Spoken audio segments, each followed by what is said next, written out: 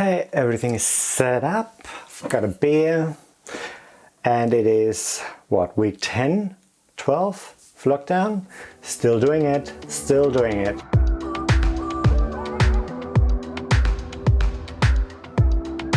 Hi guys, welcome back to the channel. Always great seeing you here. If this is your first time here, my name is Dan. I usually talk about productivity and tools for part-time creators, but as some of you know, I moved to Australia from Germany a few years ago, so sometimes I share bits and pieces about my life here in Australia, which is always fun, and today is one of those days. Haven't done one of these in a while, so I'm excited, gotta keep it fresh and exciting, especially during lockdown. I would have loved to go somewhere to shoot this video or get b-roll of everything I talk about, but it looks like we'll probably need to work with some old footage and photos and maybe even some stock clips, but we'll make it work, right guys? Okay, one more housekeeping thing before we jump in. I just started a monthly newsletter called The Lazy Letters, where I share a bit more behind the scenes stuff and what I've been up to here in my life in Sydney, as well as some tools for creators, my favorite content each month, and some photos and inspiration. If that sounds interesting to you, you'd absolutely make my day if you would sign up and join my email list. I'll put the link in the description below. Okay, without further ado, here are 5 things that I love about living in Australia and 5 things that I don't love that much. If you want to learn more about my story of moving to Australia, check out the video up here first and then come back. The video just hit 10,000 views, which is a first for my channel, and I'm so excited. Let's get the most obvious one out of the way first, weather and beaches. I combined these two because it's kind of what comes to mind for everybody when they think of Australia, and it is one thing that I really love about living here. Obviously this depends on where you live, but you can have tropical temperatures all year long up north, or some more freezing periods if you live down in Tasmania. But here in Sydney, the weather is pretty amazing for about 8 to 9 months of the year, and then there's a really short winter. And the funny thing is that when you lived here for a while, you actually think that winter is super long and unbearable, which is ridiculous.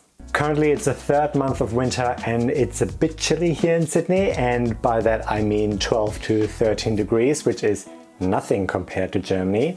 In Germany it can easily be cold and grey for 6 or 7 months on end, with temperatures well below 10 degrees, and by the time March comes around, everybody's just crawling to the finish line of winter and desperate for some sunshine, which is why in Germany so many people start sitting outside in March when there's the first sunny day with 8 degrees outside, which is super odd for Australians to see. In Australia, winters are not as grey and they are sunny for the most part, and as soon as September comes around, the temperatures climb over 20 degrees again. And then you have the beaches. I mean, what can I say? Australia has incredible beaches and I have yet to explore so many of them, but living so close to the ocean is amazing and something I still don't really comprehend even after 5 years living here. To be completely honest, I don't take advantage of it as much as I should. That's just so typical, not only for me, probably a lot of people, but if you can have something all the time, you don't actually use it as much. Now the 20 minutes it takes me to get to the beach seem like a lot. And by saying that, I know that all my friends and family at home probably want to give me a good slap in the face right now. Number 2, the breakfast culture.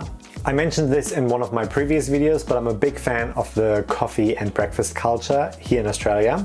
Most cafes open between 6 and 7 in the morning, maybe a little later on the weekends, but there are a lot of early risers and Australians love their brekkie, and you can get the most amazing dishes in the morning. My favorite being all variations of smashed avocado on toast. I always like using this example from when I was in Germany last, a couple of years ago, and on a weekday my partner and I tried to find a cafe at 8 in the morning to have a sit-down breakfast, and it was impossible to find anything. In Germany it's more common to just grab something from a bakery and then you're just on your way, and brunches are more common, but these rarely start before 10.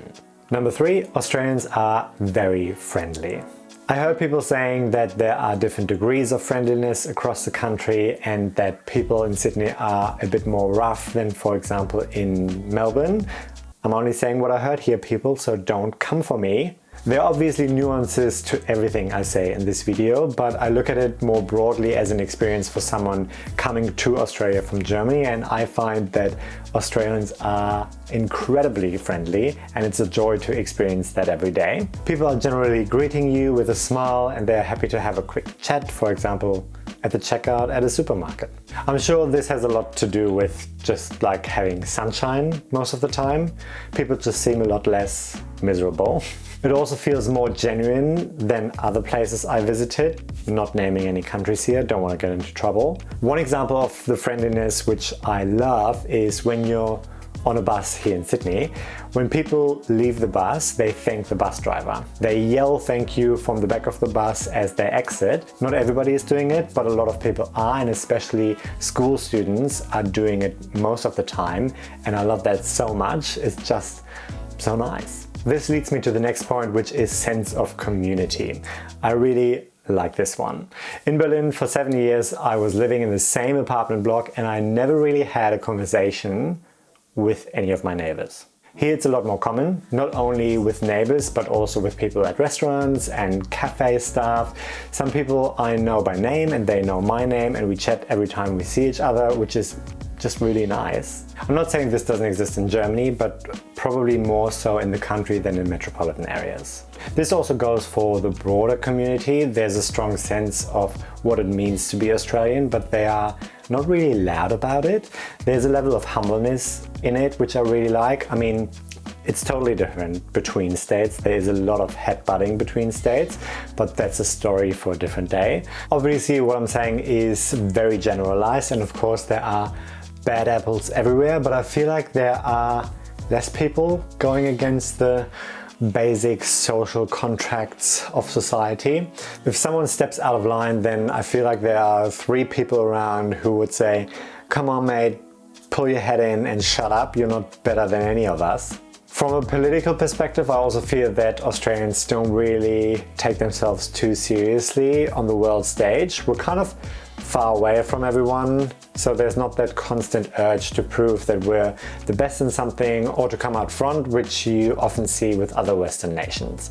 But if it happens, for example at the Olympics, or if a business goes global, then there's a genuine excitement and a collective celebration. And I love this kind of more humble and healthy nationalism.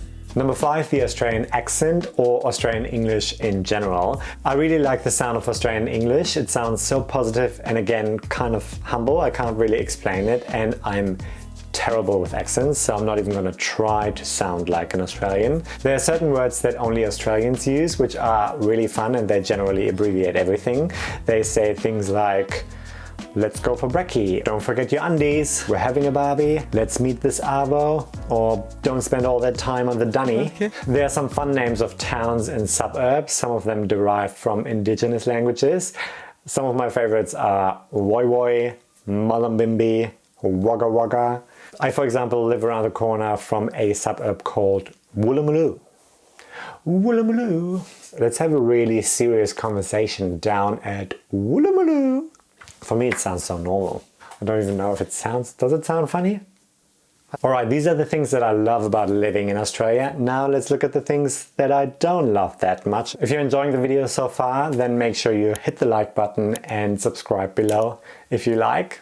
Okay, number 1, distance from home. I literally live on the other side of the world from my family and friends at home, and COVID made the distance feel so much greater. Previously I thought that yes, it's far away, but I can be home in about 24 hours if I need to. But now with borders having been shut for almost 2 years and quarantine requirements and all that stuff, it is much more difficult these days and takes a lot longer. So that's something that I don't really like, but I feel like everyone has to deal with that to some degree, regardless of where they live. Number 2, cost of living. It's a lot more expensive here in Australia compared to Germany, and that goes for every area of life. I remember one of the first times I went grocery shopping and I bought orange juice for $7. I mean, to be fair, it was the big bottle, but still it felt so expensive. A coffee is $5. Let's not even talk about alcohol. You can barely get anything decent under $20. Generally, salaries are also higher, so everyday expenses don't feel too different. But when it comes to things like property and rent, it can be very disheartening.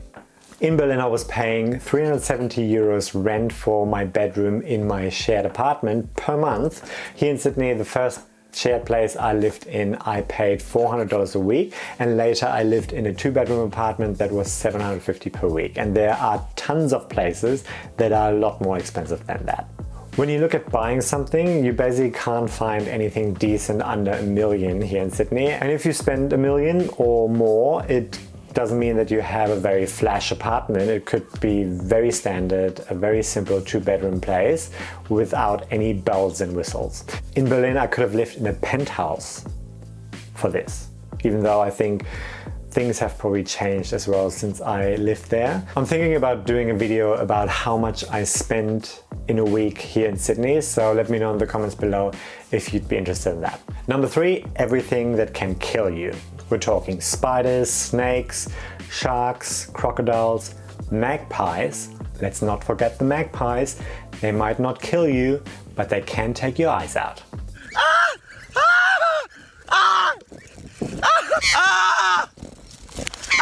Fucking got me! I haven't been attacked yet, but I'm sure it'll happen soon. I went for a run the other day around an oval and there were plenty of magpies around and I felt the danger. But it doesn't even need to be anything living that could kill you. You know, you could just be killed by the ocean. Just when you want to go for a nice morning swim, if you get caught in a rip current that pulls you out and away from shore, then good luck. Number 4, climate policies. Now this is a bit of a serious one and a bit political. I'm not going to go too much into detail here, but Australia's economy is heavily relying on mining, and currently there's no target for when Australia wants to get to net zero emissions, so they are pretty behind with climate change policies, which I find extremely distressing. For me, that's also a big disconnect between having such a rich wildlife and nature and on the other hand contributing to its destruction, especially when Australians have experienced the effects of climate change firsthand with all the floods and bushfires we had recently. And number 5 of things that I don't like about living in Australia are the birds. Now this is a bit of a whinge from me as someone who needs to film stuff, and others might actually love this, but the birds are so bloody noisy, especially the cockatoos. I was a bit behind today with the prep for this video, and around 4 o'clock the cockatoos start making so much noise that you can't film anything without the microphone picking it up. And they sound like monkeys being slaughtered. I will make sure to include a clip here so you know what it sounds like.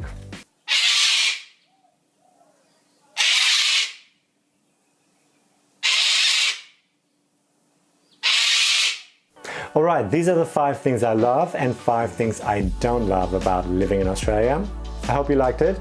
If you have visited or you live in Australia, tell me your favorite thing in the comments below. Also let me know in the comments if you'd like me to make another one like this. There's so much more I could talk about. Thanks so much for watching. Subscribe if you want to hang around, and I'll see you in the next one. Take care.